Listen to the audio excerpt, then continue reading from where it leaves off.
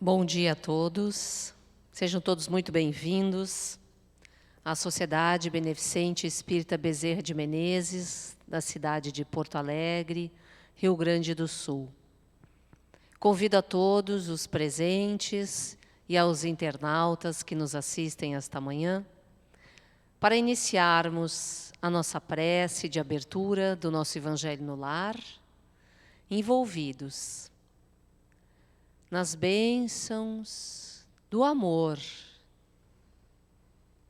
que vem do alto do coração do Pai, o Pai Santíssimo, Pai de amor, Pai de bondade.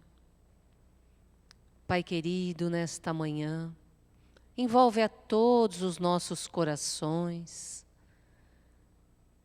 Muitos irmãos se encontram aflitos,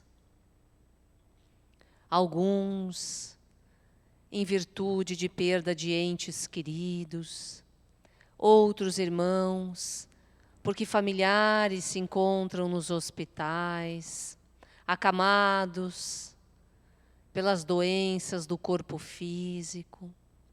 Muitos irmãos perderam o seu emprego e se encontram numa situação familiar neste momento, com dificuldades financeiras. Pai, sabemos que Tu nos compreendes, sabe das nossas reais necessidades, mas nesta manhã, ó Pai, nós viemos Te pedir clemência, viemos Te pedir graça, misericórdia, para com todos os irmãos deste planeta Terra, para que todos nós possamos receber do Teu coração augusto uma gota de esperança, que fortaleça a nossa fé, que fortaleça a nossa coragem, para seguirmos caminhando, fortalecidos na lei de amor, no amor que vem do Teu coração, que passa por Jesus e nos envolve a todos, irmãos, neste planeta Terra. Nós Te pedimos, Pai Celeste, nesta manhã, o amparo às nossas almas, a todos os irmãos, para que estejamos em paz, que tenhamos mais esperança, estejamos fortalecidos e amparados todos os dias da vida do nosso espírito imortal. Que assim seja, muita paz, muita luz, muita harmonia nos corações de todos os irmãos. Que assim seja. Queridos irmãos, meu nome é Jaqueline Kinzel, eu sou trabalhadora do setor Assuntos da Família, do subsetor de explanações do Evangelho no Lar. O nosso intuito esta manhã com vocês é falar da importância desta prática do Evangelho em nossos lares. É uma prática muito simples que o Mestre Jesus ensinou aos seus discípulos quando esteve em contato com eles há mais de 2000 anos atrás, convidando a todos nós para que possamos, no nosso ambiente familiar, dentro do nosso lar, realizar no mínimo uma vez por semana, no mínimo, este encontro, aonde nós nos dedicaremos ao estudo e à reflexão dos ensinamentos do Mestre Jesus, destas verdades eternas que o Mestre, como médium de Deus, como esse Espírito maior que aqui já esteve conosco, nos trouxe as verdades eternas, nos trouxe a partir do coração do Pai. Estas verdades chegam até nós, porque elas vêm do Pai. E o Mestre Jesus e seus emissários, esses espíritos superiores, essa espiritualidade maior, que já esteve aqui conosco, alguns que estão, e tem aqueles que ainda nos visitarão o planeta Terra. Eles vêm até nós trazendo estas mensagens. Mas o Mestre Jesus, o emissário maior, nos traz o Evangelho, esta doutrina maravilhosa que chega até nós, para que possamos dessedentar a nossa alma, sedenta de felicidade, sedenta de paz e de tranquilidade. Então, vem do Mestre Jesus esses ensinos, para que nós possamos, dentro do ambiente do nosso lar, trazer paz e harmonia para as nossas relações. Então, quando nos dedicamos uma vez por semana, no mínimo, no mesmo dia e no mesmo horário, a espiritualidade maior, esses espíritos protetores, eles estarão lá conosco porque eles são muito organizados. Eles realizam a asepsia do ambiente da nossa casa. Eles participam conosco do Evangelho no lar. Por isso é muito importante que tenhamos disciplina, meus irmãos. Disciplina. Muita disciplina na prática do Evangelho no lar. Pois que estaremos sendo assistidos pelos espíritos superiores, de alta envergadura, a nos amparar, a nos proteger o nosso lar. E todos nós necessitamos de amparo espiritual.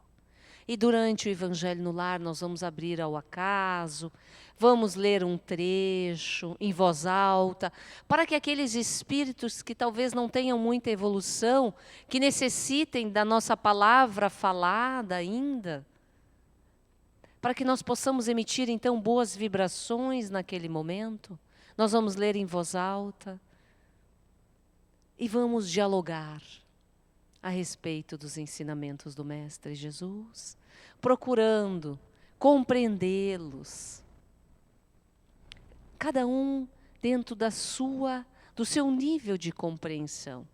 Pois que dentro de uma família nós teremos vários corações, vários terrenos ali, como aprendemos na parábola do semeador, né? Temos aquele terreno ainda envolvido em pedras, né, endurecido, às vezes ressequido, outros cheios de espinhos, iludidos pelas questões da matéria. Mas nós vamos nos esforçar, ali nós estaremos, praticando o Evangelho no lar, semeando naquele terreno, procurando compreender cada um dentro das suas necessidades. E encerramos a nossa prática com uma prece.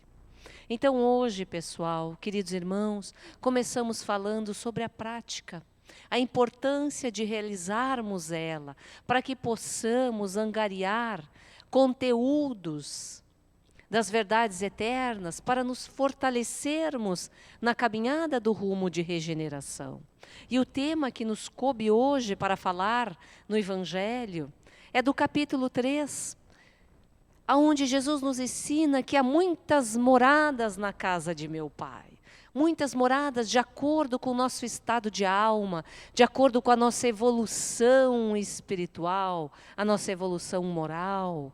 Nós temos os mundos primitivos, destinados às primeiras encarnações, os mundos de provas e expiações, aonde os espíritos renitentes, rebeldes às leis de Deus, habitam.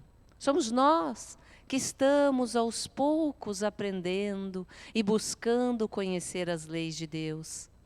E aí tem os mundos regeneradores, que são mundos de transição entre os mundos de provas e expiação e os mundos felizes. E estes mundos, nos diz Santo Agostinho, e é ele que nos traz esta mensagem nesta manhã tão linda do item 10, do item 16, 17, o item 18. É uma mensagem linda. Ele nos diz que a alma nestes mundos ainda está sujeita às leis da matéria. Ou seja, nós temos um corpo físico, e nós vamos estar necessitando nos alimentar. Nós vamos sofrer as vicissitudes inerentes da matéria. Mas nós ainda também vamos experimentar nestes mundos as sensações e os desejos. Óbvio, faz parte, porque vamos precisar do corpo material para que o espírito possa, através deste corpo aqui encarnado, aurir todas as provas necessárias para a sua evolução. Mas nos diz Santo Agostinho que esses espíritos, eles todos já reconhecem Deus e tentam caminhar para Deus, cumprindo-lhe as leis. Olha que lindo, pessoal, que grande ensinamento que nos traz Santo Agostinho. Então, quando ele diz que eles já reconhecem a Deus e tentam caminhar para Deus, nós temos aqui um entendimento muito claro de que esses espíritos imperfeitos, que habitam os mundos de provas e expiações, eles são convidados à regeneração interna, porque muitos nesse mundo de provas e expiação ainda não conhecem a Deus. Ainda não estão tentando caminhar para Deus.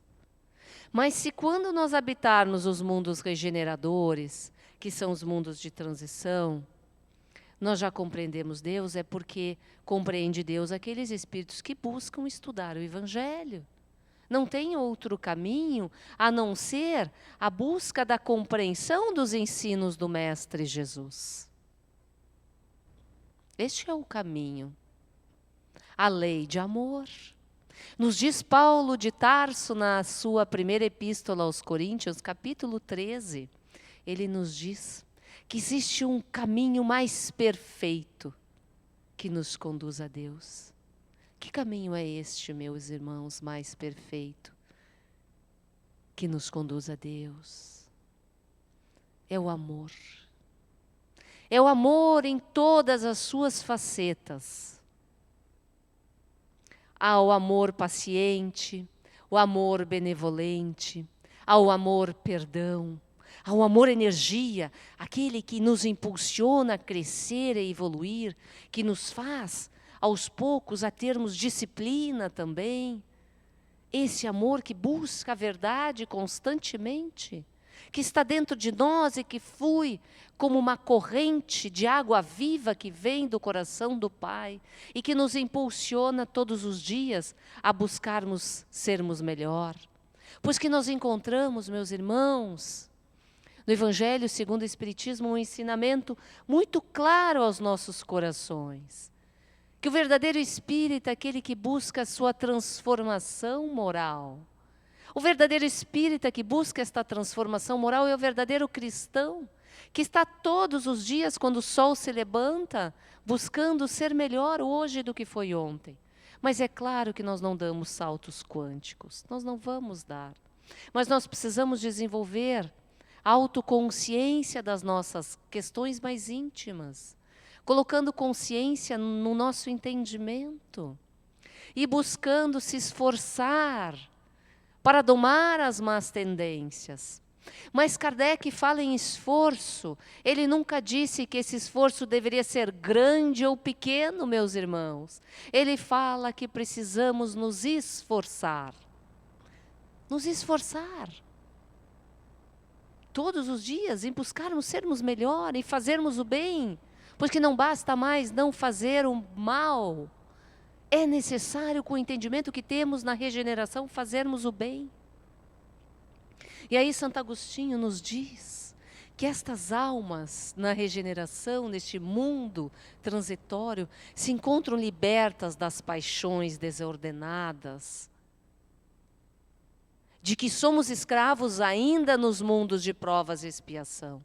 Isso significa que esses irmãos já estão alcançando a autoconsciência daqueles sentimentos que vigem nas sombras.